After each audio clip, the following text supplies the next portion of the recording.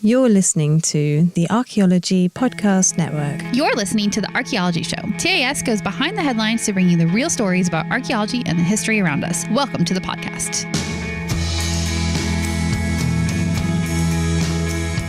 Hello and welcome to the Archaeology Show, episode 292. Today's show is part 2 of a review of season 2 of the Netflix show Ancient Apocalypse. Let's dig a little deeper, Graham Hancocks. Told you we dig deep. We do dig deep.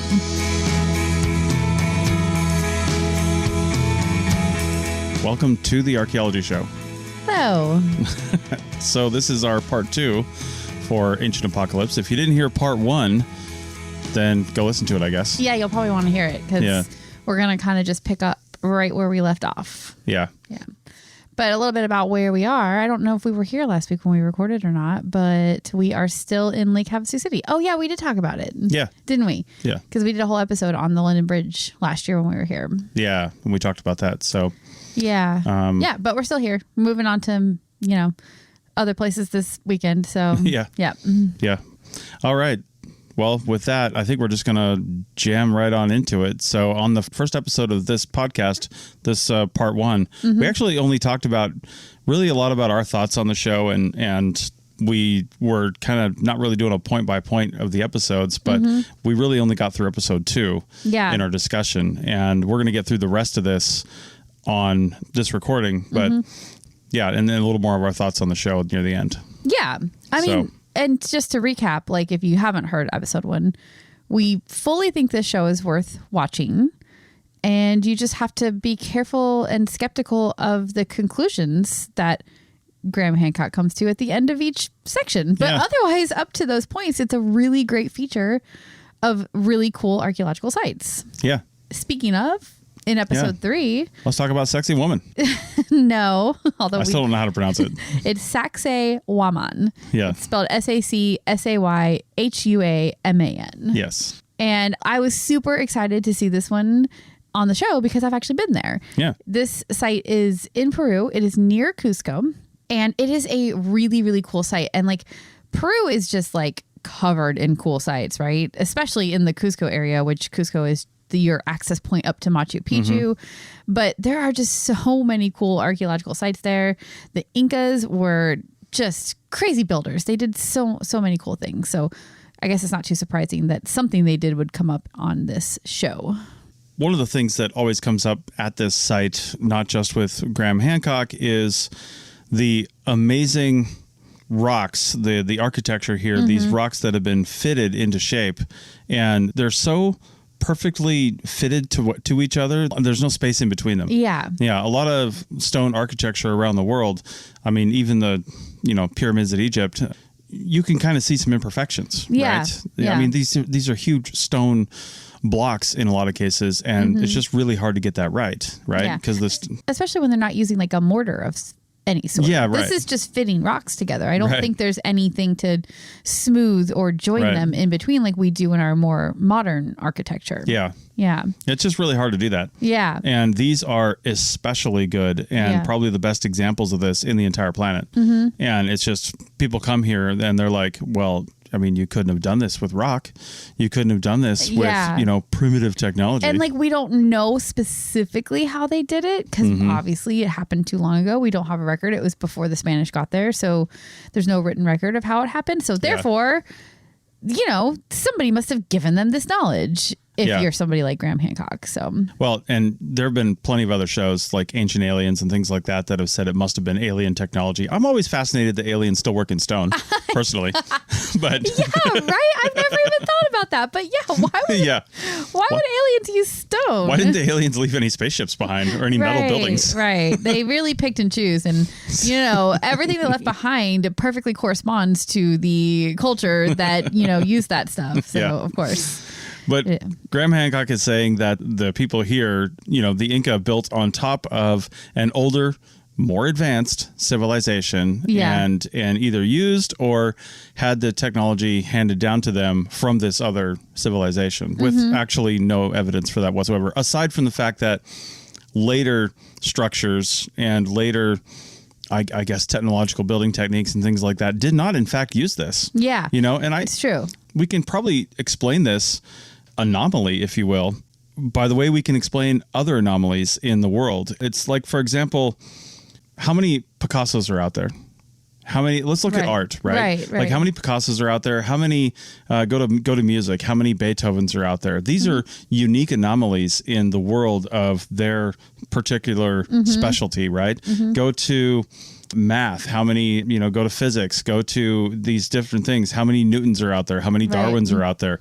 Not very many, right? Yeah. Well, how many crazy, smart, super hyper accurate sculpturists and carvers are out there?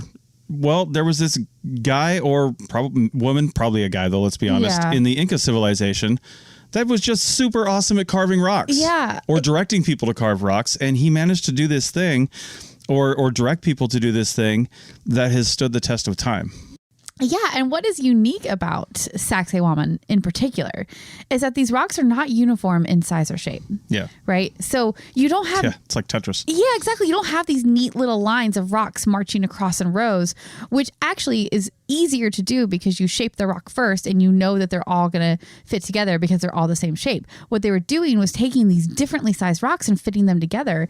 And I just feel like it could just be a combination of resource availability, an ingenious sculptor or architect, like what you're talking about, and just this maelstrom of events coming together that produced a group of people who could create this structural style. And maybe it didn't happen anywhere else in the Incan Empire. You didn't have those people. You didn't have those rocks. You didn't have that need, whatever the need was. Yeah. And that's why it didn't happen again. But I don't think that we need to say that it was passed down from some kind of older civilization or whoever. That is making a leap. It's just going way into speculation, which is not okay. That's his MO, right? Yeah, it is. Yeah, that's what he does. Right. So moving on, but staying in Peru, the next episode 4, heads over to above Cusco to the Temple of the Moon. So what's this all about? Yeah, I'm gonna kind of defer to you on these because you kind of went to Peru. Well, I did, but I didn't make it to the Temple of the Moon. Unfortunately, I really wish I had. But like I said, there's just like stuff all over Peru, and you kind of have to pick and choose when you're there because you can't see everything. But this was really cool, and so it was new to me. So this is another one where I was like, oh, cool, like learning new archaeological sites. I love that. And it was a temple sort of built into a hillside, and it definitely was used by the Incans, according to the show. I didn't do any outside research on this, but according to the show, it was definitely used by the Incans, but it wasn't necessarily built by them. And that, to Graham Hancock, means older advanced civilization. Sure. But I'm like, could older just be like 100 years earlier or like 200 years earlier? Like, why does it have to be 10,000 years older before the Younger Dryas? Right? I mean, it could even be 1,000 years older, but it doesn't necessarily mean more advanced. Yeah, exactly. But he is talking about the technology, the stone technology at the site. Or no, this moves on to another site. Yeah, he kind of like rapid fired through a whole bunch of sites in Peru. That's right. And this was yet another one where they're talking about this older stone technology in Kenco, I think it is. Yeah. Q''ENCO. And, in his discussion about the site, he thinks that the expertly crafted stones are higher quality and therefore is an older technology from a lost civilization. Again, that's what he just keeps going back to. And I, again, go back to like, it's a combination of resources and people in a place. So like, why couldn't the Incans have had two different styles? Maybe one was for ritual importance. Maybe one was for everyday use. Maybe one was where a certain group of people were in power and they really pushed this certain style because they liked it. I mean, humans are still humans. They like some things. They don't like other things. They have access to this resource, but not that one. Like, it's just ridiculous that you dismiss all of those options in favor of ancient, older technology. And the fact that we're seeing these buildings, if you will, these structures, a better term, today, and we know obviously they were around 1,000, 2,000 or more years ago. I mean, if I'm walking around the landscape and times are tough and I see something sitting there that looks like a perfectly decent structure and I'm just going to clear it out and use it for myself for my own purposes. Yeah. I'm just going to do that, right? Yeah, why not, right? Yeah. And especially if, maybe in one generation that structure has some bad news going on with it. but you forget that over the years. Yeah. You know? It doesn't necessarily get passed down. Right. Right. And maybe it does, but 1,000 years goes by. Yeah. And, that's a long time. it's a long time. Mm-hmm. Yeah. People forget. Yeah, So, for sure. I mean, look at Stonehenge. Thousands of years of occupation. yeah. But it wasn't necessarily the same group every single time. Right. It was just people found it and used it in different ways. Yeah. Okay, so another really cool part of this series of episodes, which was episodes like 3 and 4, where they're in Peru, they go back to Sacsayhuaman, and they cover the cool theories about how this sort of melted together look of the stone could have been constructed. And one of the theories, and this is so cool, I just didn't even know about this, but one of the theories is that they might have softened this stone using very, very high heat and then put the stones together while they were super, super hot. Yeah. And then as they cooled, they would sort of form to each other. And I just love that. I think that is such a cool theory, and it makes sense because they really do look like melted together. So I wonder if anybody's tried that, though. yeah, he was talking to one researcher in the show. I'm not sure what kind of experimental archaeology they've done with that to see how it could work. But the concept makes complete sense. The concept does. Whether or not they could control and create that kind of heat while managing the stone and then placing it into place becomes more a logistical problem. It does. Not that they couldn't have done it. Right. It's just the logistics of that become pretty challenging. Yeah, and the way these stones are melted together, like I can't imagine you only heat. Appear melted together. Appear melted together. Sorry, they aren't actually melted together. But I can't imagine you would only heat one side of the rock at a time because you're trying to fit it together. So you'd have to be heating multiple sides of multiple rocks at the same time, so that they're the same temperature and can do this like fusing thing. Well, so, yeah. And is there any possibility that after the stones were put together, like any sort of, is it softer volcanic rock where water could have been used to make it look like that now? Maybe. I wonder. Yeah. Yeah. People have thought about all this. So. Yeah, they have. There's a lot of experts down there that put a lot of time and effort into coming up with these theories and testing things. And, Graham Hancocks swoops in and is like, it's way too advanced for the Incas. It must have been handed down information from a much more ancient society. Yeah. Ugh. Yeah. No, the Incas were really awesome. They definitely could have figured this out themselves. Just the way the Egyptians figured out how to build pyramids. Well, on the concept of everything is awesome, let's take a break and come back on the other side and keep talking about this. Back in a minute. Welcome back to episode 292 of the Archaeology Show. And we're talking about Ancient Apocalypse Season 2. This is part 2. Don't forget to go listen to part 1. All right. So. Yeah. Yeah. I think the show lost me a little bit as we move into these next couple topics. It lost me a little bit at the end of episode 4, and then it definitely lost me in episode 5. But the next thing that they do is they stay in Peru, but they move over to the Amazon, which is in like the northern part of Peru. Or back to the Amazon. Because they had been there earlier.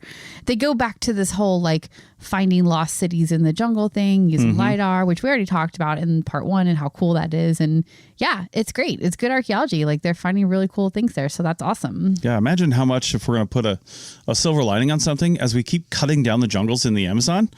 Imagine how much we're going to find. Well, the great part about LiDAR is that you don't have to cut the jungles down. You can just like sort of see through the trees. So, but it's funny how Amazon, the online marketplace, and all of our relentless spending on there is causing the cutting down of the actual Amazon. Isn't that funny? Oh, it's hilarious. Yeah. Really. Anyway. So this next section of the show goes into some crazy theories about the Amazon in general. And it starts with finding a complex that was previously unknown in Ecuador. It dates to about 2500 BCE, which is super old, in the Amazon. And the Amazon, as they explain in the show, is completely unsuitable for farming and agriculture. It would be very difficult to sustain a large population on just the soil there the way it is, right? Yeah. So, sure, that's true. It's still true today, right? So, yes, the soil is not usable. However, when humans move into the Amazon Yep. and they start living there. They start making trash, right? Mm-hmm. And it gets dropped in the ground. And as humans do, they generally put their trash in the same place because they don't want it in their houses. Mm-hmm. So kind of trash pit type of things happen in various places around a civilization or a community. And what happens is that those trash pits, basically, they become what they call dark soil. And it's fertile because it's full of this organic material that they have discarded, right? Yeah. And so they find these patches of fertile dark soil near sites of human occupation. And it seems like there's this accidental discovery by humans that they could make their own fertile soil just by throwing stuff away. And Yeah. that they could then use that to sustain their population. So it's a really cool thing. And they talked to a scientist in Ecuador who is studying this. And it's just really cool how they're finding these patches in the way, like human ingenuity, right? Like they would see this different soil, realize they could use it. And then by using it, they made more of that soil and they were able to keep sustaining themselves and Yeah. almost like bring those communities up as the size increased. So yeah. Kind of like rotating crops, really. Yeah. You know, you grow something in one spot and then you leave it for a little while because that is kind of what we do with rotating crops, if I'm not mistaken. Like you don't grow something in a place for a little while because the remains of the crops will help fertilize that soil as it breaks down right into the land. So this is a very similar thing, except not exactly. They're just taking because their trash wasn't plastic and wires and metal. Right, their right. trash was organic. Yeah. Yeah. And the reason they know that these dark soil patches are from human like trash is because they'll find bits of pottery in there with it too. So they definitely know that it did come from humans, and probably they're finding lithics and stuff in there too, if I had to guess, but they talked about the pottery specifically. So again, that's not some kind of knowledge that was handed down from an ancient civilization. It was just like, it was a happenstance, kind of the way people figured out how to ferment beverages too by accident at some point in the distant past. They accidentally figured out how to make the soil work and grow things in the Amazon. Yeah, and they're also finding that around some of these like jungle cities, so to speak, that some of the trees around these cities are actually trees that are more useful to humans than, say, trees that are in other places, right in the jungle. And Graham Hancock is speculating that the trees were planted and cultivated by humans. So ridiculous. Now, I'm not necessarily going to honestly disagree with that. I mean, if you find something is more useful to you, you're going to want it closer to you. Yeah. But that doesn't mean that they didn't either build these cities in places that were advantageous to them because, hey, there's a bunch of stuff here. Yeah. Let's put our city near water. Well, let's build up our village into a city. More likely is what happened. So you're going to build up your area, your village, your city in a place where you've got more resources like trees that are advantageous for use and plants and things that are helpful. And also, when you start doing that and you start learning how to manage and cultivate, you are going to start planting and doing things, right? Yeah. I think what his theory is, and this is why it was so wild to me, is that it wasn't the not current, but like the thousands of years ago populations in the Amazon that figured that out. It was this tens of thousands of years ago population. Why does it have to be that?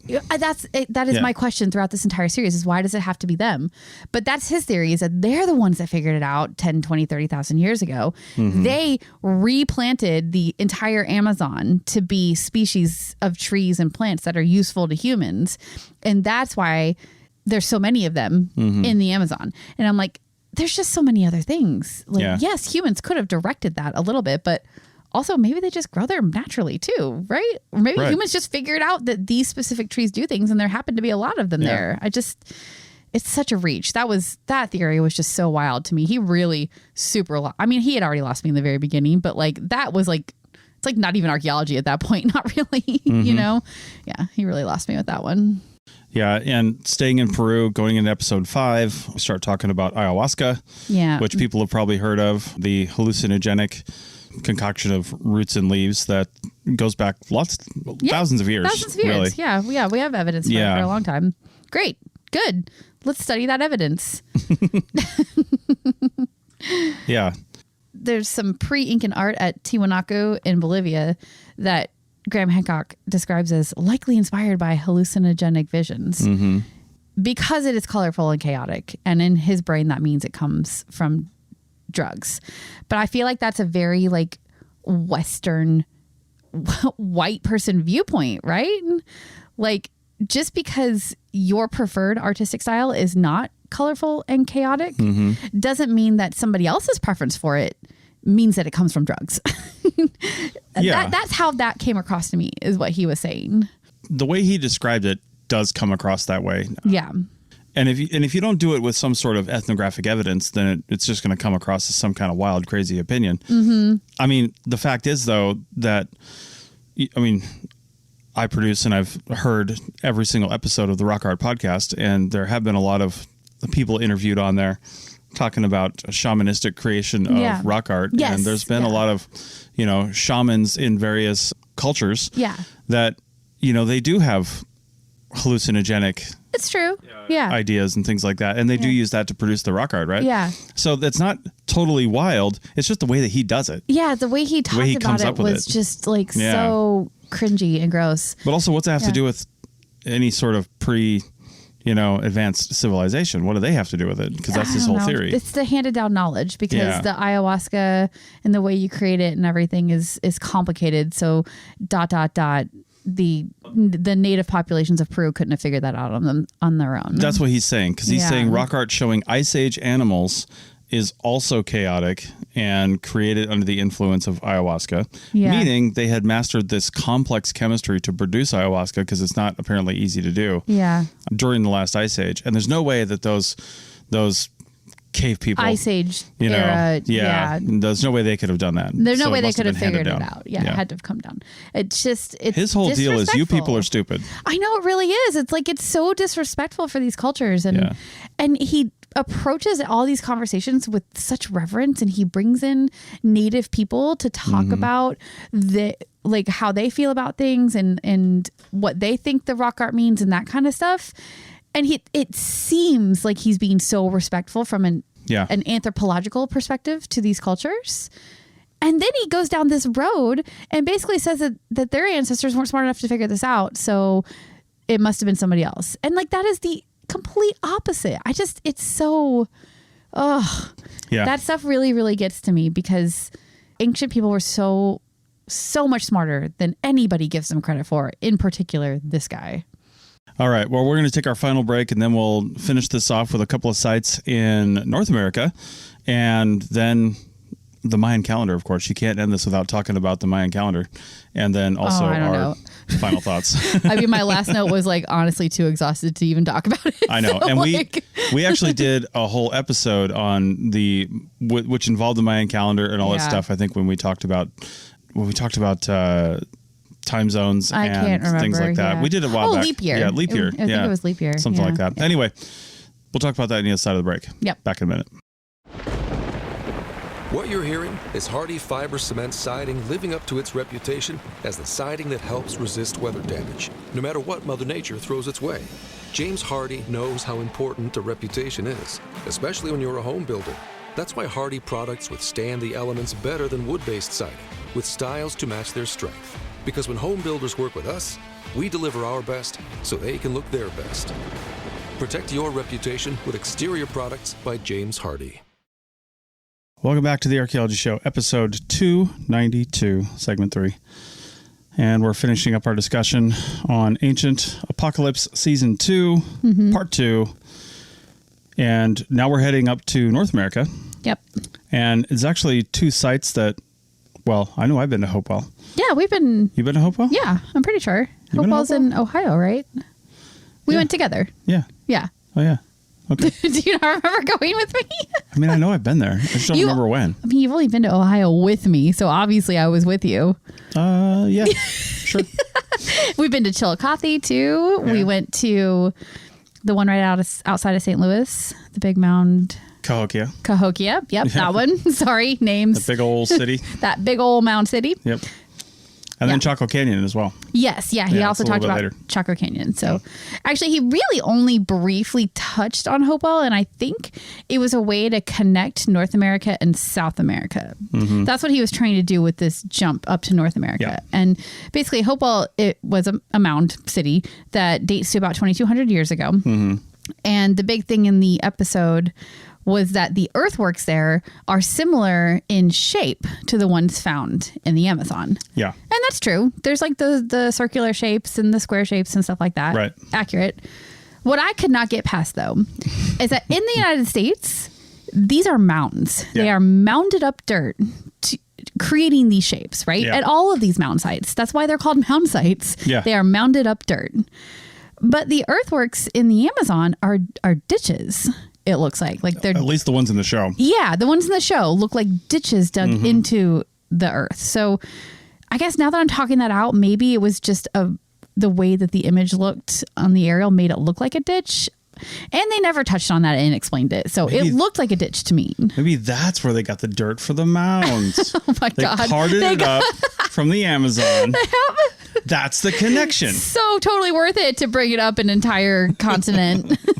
Oh my God. Only an advanced civilization could have accomplished that feat. Oh God. Yeah. Anyway, so that's what they talked about there. And I think that was used as a transition to get the show up to Yeah. the northern area. Because, of course, as we know at this point, according to, as we call him, GH in our notes, Yeah.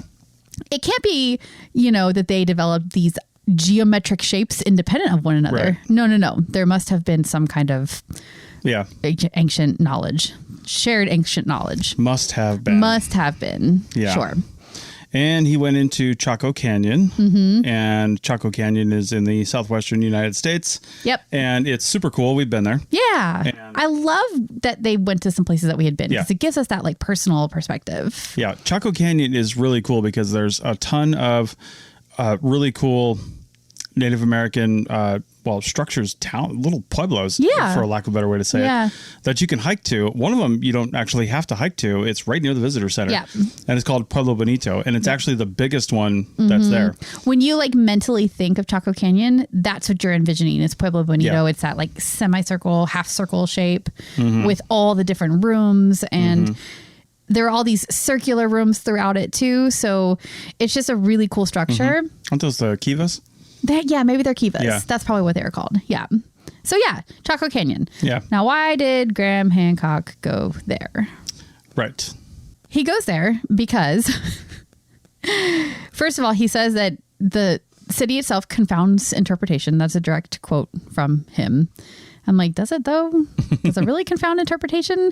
The thing that is weird about this site, the thing that is different, let's not use the word weird, different, is that it is a giant structure, right? Yeah. It was built around 850 CE and it took around 200. They began building it around 850 CE and it took around 200 years to complete. But there isn't evidence of long-term occupation of people at this site. Yeah. There's none of the trash dumps and the kind of things that you find when people live somewhere for a long time. So it seems to have been more of a ritual location or a seasonal location or a place that people went periodically for Right. shorter amounts of time. So that does make it a little bit different, especially with the amount of effort that went into building this Yeah. city or pueblo. Well, there's a lot of speculation around Chaco Canyon to begin with. There is. Yeah. And in fact, if you want to know more, go to the Archaeology Podcast Network website and on our main page, scroll down a bit. There's a show called, I think it's down in our archive shows section, possibly. I can't remember, called Site Bites. Oh, yeah. Yeah. And it's something that Carlton Gover started, Dr. Carlton Gover, I should say. He's got his own show for the Great Plains Archaeology Podcast, but Yeah. he intended to, and he might continue this, but he's doing one-off little series, and he did one on Chaco Canyon that was about 5 episodes.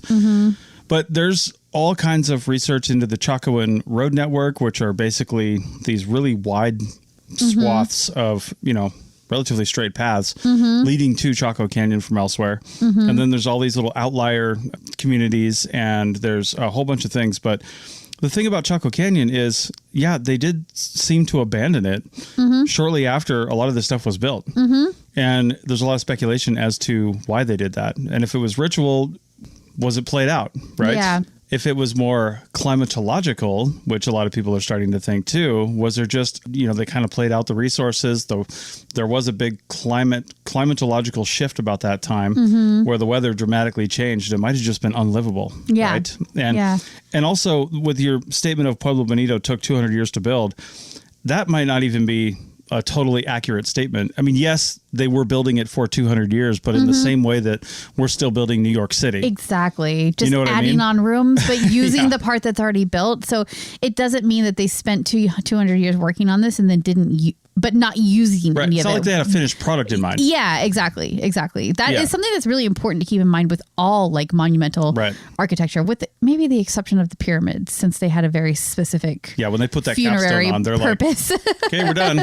Right. But with these large structures that are gathering places for people, Right. that, I mean, of course they were using it as soon as it was at a place where it could be used. So Yeah, anyway. I mean, certain things you can tell were a finished product, like individual buildings, like a cathedral, the pyramids, stuff like that. But a planned, not even, well, this was kind of planned, but, they were building up. They were probably building out, because you could continue to, even though this is like a semi-circle shape, you could continue adding on to the outer wall, theoretically. And they did build up. This was, I think, 3 stories tall. Yeah, I think so. Or more. Yeah, for sure. 3 or 4, at least 3. I know that. Yeah. So, yeah. So as usual, Graham Hancock is, speculating and drawing conclusions that make me want to scream. Yeah. And he says that, or he speculates that because there is evidence of mind-altering tobacco plants in Utah 13,000 years ago, then they might have had it in Chaco Canyon. And it was also very similar. This plant, apparently, that they found in Utah is very similar to ayahuasca in the Amazon. Therefore, there must be an ancient civilization who gave the knowledge of these plants to the people. They couldn't have just independently found these plants, figured out how to process them. Of course not. And done it themselves separately. And also, just because there was a mind-altering plant in Utah doesn't mean that it was in Chaco Canyon, even though they are geographically nearby. But still, you can't make that assumption. There's no evidence of it in Chaco Canyon. He just continues to do this, making these connections between different things, like the kivas that were there with the Göbekli Tepe, which we talked about already. Yeah. And just talks about the fact that these things could, it was unlikely to him that this was independently developed and must have been shared knowledge. Like people in North America and also people in Turkey. Is that where Göbekli Tepe is? Yeah, Tepe. if I'm not mistaken. Somewhere over in the Middle East area. They couldn't have come up with the idea of round. Right. Independent of each other. Round is hard. Like round rooms. Yeah. Yeah. I mean, it's so ridiculous when you start thinking about it. So he does spend some time deep diving some of the really cool solar and lunar alignments of the buildings in Chaco Canyon. And we saw some of this when we were there, which was really cool. There's even a pictograph of A supernova. A supernova. Yeah. It's my favorite pictograph we've ever seen. Yes, you loved it. Someone, man, do you have those pictures handy? It would be so great to get our hands on those. I'm sure I do. The supernova pictograph. Yeah. Yeah, it was just like before digital. Like it was a very long time ago that we were there, you know? It may not be on my phone. It might not be on your phone. Yeah, I gotta look for that. Yeah. Well, real quick story. There's actually a number of, just look up Google supernova pictograph because there's a number of I guess, interpretations of that around the world because it was visible during the day. I think for a few days. And I don't have the information on it on the top of my head, but the Chinese recorded it. Yeah. It was recorded here in Chaco Canyon, and it literally is on the underside of a ledge. It's like an 8-mile hike out to the pueblo that we went to the top of this canyon. But when you can drive out to this parking area, and then it's a long hike to this edge, and then the supernova pictograph is at the edge of the canyon where you start walking up to the edge to then go see this pueblo. Yeah. And it's underneath a rock overhang. I remember it being a really desolate walk. Yeah. Like some of the hikes at Chaco Canyon are really pretty, and you're going through these narrow passages through cliffs and canyons and stuff. But man, that one was just on the canyon floor. It was just on the floor, desert. It was hot. Yeah, it was so hot. But totally worth it because it is one of the coolest pictographs I've ever seen. Yeah. For sure. And it's very unique for its time. So the reason that they brought it up on the show was, of course, to show that these ancient cultures had solar and lunar knowledge, right? Enough, or at least they were observing the sky enough to see a supernova and put it onto the rocks. But they weren't smart enough to just know this stuff. No, they must have learned it somewhere ancestral knowledge. Obviously. I had a book back when we used to own a house, and I had all these books. I used to have a book on archaeoastronomy, and probably 90% of the book just discussing archaeoastronomy, which is the process of just really studying the ancient astronomical observations in the way that, Native American and Native South American communities would observe the heavens, right? And the way they would do that. And the alignments that they would have and the way that they would do this on rock art and with geoglyphs and things like that. And it was just fascinating. But probably 90% of that book was on Chaco Canyon. Mm-hmm. And it was just partly because the researcher that wrote the book studied Chaco Canyon. Yeah. But there are there's so a lot many. There. Yeah, there's a lot there. There's so many solar alignments and different things in order to just capture the position of the sun at certain times of the year, the position of the moon at certain times of the year. And they would do this because not just because they were curious and observant, because they were, but they would use this to mark their own times of the year and religious, they didn't have iPhones. They didn't know what time of year it was. Right. But they said, hey, when the sun is, lined up here, this window or whatever. Yeah. Then we know what time of year it is. Yeah. And when it does that 4 times a year, we can mark a year. Yeah. Exactly. Or something like that. Mm-hmm. So. Yeah, for sure. Yeah. And I have to give a shout out to the ranger who was featured on the show at Chaco Canyon. Because, they filmed at the actual national park. Yeah. And they got permission to do that, apparently. And they brought a ranger on to share information. And that man, I got a very no-nonsense feeling from him. He was not there to buy into any of the Graham Hancock nonsense. Yeah. He really kept it to the archaeology and to the actual things that we know about it. And it made the Chaco Canyon section really nice to watch because it does feel like a little bit more focused on the archaeology and less about this ancient knowledge nonsense that the rest of the shows had. So I feel like, just to kind of wrap this up too, the last episode, and we don't need to go far into this, just kind of watch it. But the last episode, he does go back down to Mexico, to Palenque and to the Maya site to talk to this other guy. And he's the opposite of our National Park Service guy. Yeah. But they start talking about the Maya calendar, and because the Maya had a number of different calendars and ways to mark the march of time, right? Yeah. But the cool thing about the Maya calendar is that all their individual calendars link into each other. And they end up linking completely into the Maya long count calendar. And there's actually something we talked about not long ago in a news article about the recent interpretations of the Maya long count calendar that probably did not make it into the cut of this show. Because this was literally just like a month ago. Yeah. And one of the last news articles we probably talked about before we took our break. But yeah, in fact, it was because it had to do with the synodic period of the planets and how they were fitting those into the Maya long count calendar and their observations of the planets. Oh, yeah. That was probably in like November, maybe. Yeah, I think it was. And that never would have made it into the show because the show was already out by then. Yeah. Which totally throws Graham Hancock completely out of the water. Yeah. Because it just throws this all out. Because what he was saying was the Maya long count calendar is, thousands of years. Yeah. And why would they go back thousands of years? Why would they go back that far? It has a beginning. It has an end. It's not forever. Yeah. And he's like, why would they mark this kind of time when it's outside of their existence? Right? It's not something that says this is our creation story and this is where we're going to end. It's outside of their existence. Yeah. And what are they even talking about? Yeah. Right? They must be marking time from before that. Yeah. And that was handed down to them. Yeah. And by somebody else. The continued argument of this ancestral knowledge nonsense. Honestly, like by the time we got to that episode and the expert, I'm going to put it in quotes that they had on to talk about it, was clearly very open to Graham Hancock's ideas, unlike a lot of the other experts that they had on at different parts of the show. So because of that openness, I just was kind of, I don't know. I just was like, I was just over it by that last episode. I'd had enough of these ridiculous theories, and so I didn't love that last episode. Yeah.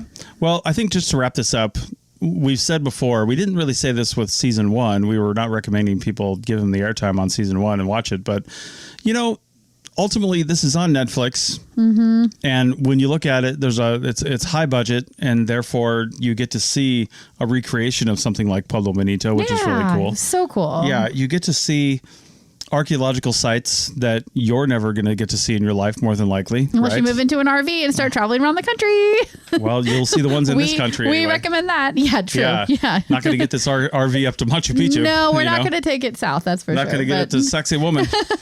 But Sacsayhuaman, come on. anyway, so yeah, it's just you're likely never going to see some of this stuff, and the only way you're going to see it is by watching a show like this, because unfortunately, high quality archaeologists are not going to do shows like this anytime soon. The storytelling that he's able to do with this false theory makes for really good TV. And I find it difficult to think of an archaeological story that's just purely about the science and the archaeology and the past people. I find it really hard to think of a way that somebody would be able to do a show like this and create this narrative that connects everything together the way he did. Yeah. So watch it to learn about these sites, but just keep skepticism about the overall theory that he's trying to feed into. And keep in mind too, I think me and you and any archaeologist and any person in the world would love it if there was some Atlantis, Jason Momoa style, advanced society just hiding out in the Pleistocene. Are you hoping for Aquaman to just saying, pop up in the archaeological record? The technology that they had, they'd still be around probably, right? Yeah, right. If we just found some sort of you watch these Marvel movies and they go down deep in the ice and they find what looks like a spaceship, but it's really a 15,000-year-old thing. He just watches too much of that shit, right? So I would love for that kind of thing to be true. I'm a sci-fi nerd. I would absolutely love it if something like that were true. But the fact is there's just no evidence for it. He goes into science the backwards way. Most scientists go in trying to disprove their own theories, right? You come up with a theory and you go into it and you try to find evidence against it, right? Yeah. You don't go in trying to find all these little things for it. Yeah, you try to disprove your theory. That is not the scientific method. It just isn't. It's how you get in trouble and you make false claims like this show He just ignores everything that disproves his own theories, and he tries to latch on to these tiny, tiny little things that, if you do ignore everything else, sure, it could be possible. It could be possible. Yeah. It's how Ancient Aliens has done 20 seasons. Yeah. Because they ignore everything else. It's true. And he's not even totally wrong about everything. He is right that archaeologists need to have a more open mind about digging deeper and looking into what was previously considered sterile layers, because we might find evidence of people here further back than we thought. But that doesn't mean they were an ancient advanced civilization. We started this episode by digging a little deeper. Oh my God, we totally did. We dig a little deeper. It's what we do. It's who we are. We dig a little deeper every time. Exactly. Graham Hancock. I love digging deep. Anyway, I think that's about all we got to say about that. Yeah. I think next time we got to cover the news. Yeah, we do. We need to get back to news. If anybody has seen some cool news out there in the last month and a half, I've seen some cool news that we've missed, send us those articles. Yeah, we've seen stuff too, obviously. We've got plenty to cover. We do. Yeah, send it over. Yeah, definitely. But we got plenty to cover. Yeah. So we'll catch up with the next couple episodes for sure. All right. Well, we're going to make a run for the border, so we got to get out of here. All right. We're going to be in Mexico next time you hear from us. Fingers crossed. Fingers crossed. Assuming the border crossing goes okay. Yes. Yeah. Hopefully they'll let us back. Yeah. Yeah. All right. Yeah. Okay. Bye. Bye.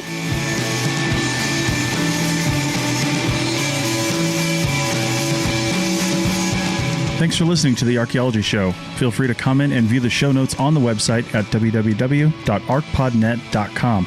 Find us on Facebook, Instagram, and Twitter at ArcPodNet. Music for this show is called I Wish You Would Look from the band Sea Hero. Again, thanks for listening and have an awesome day.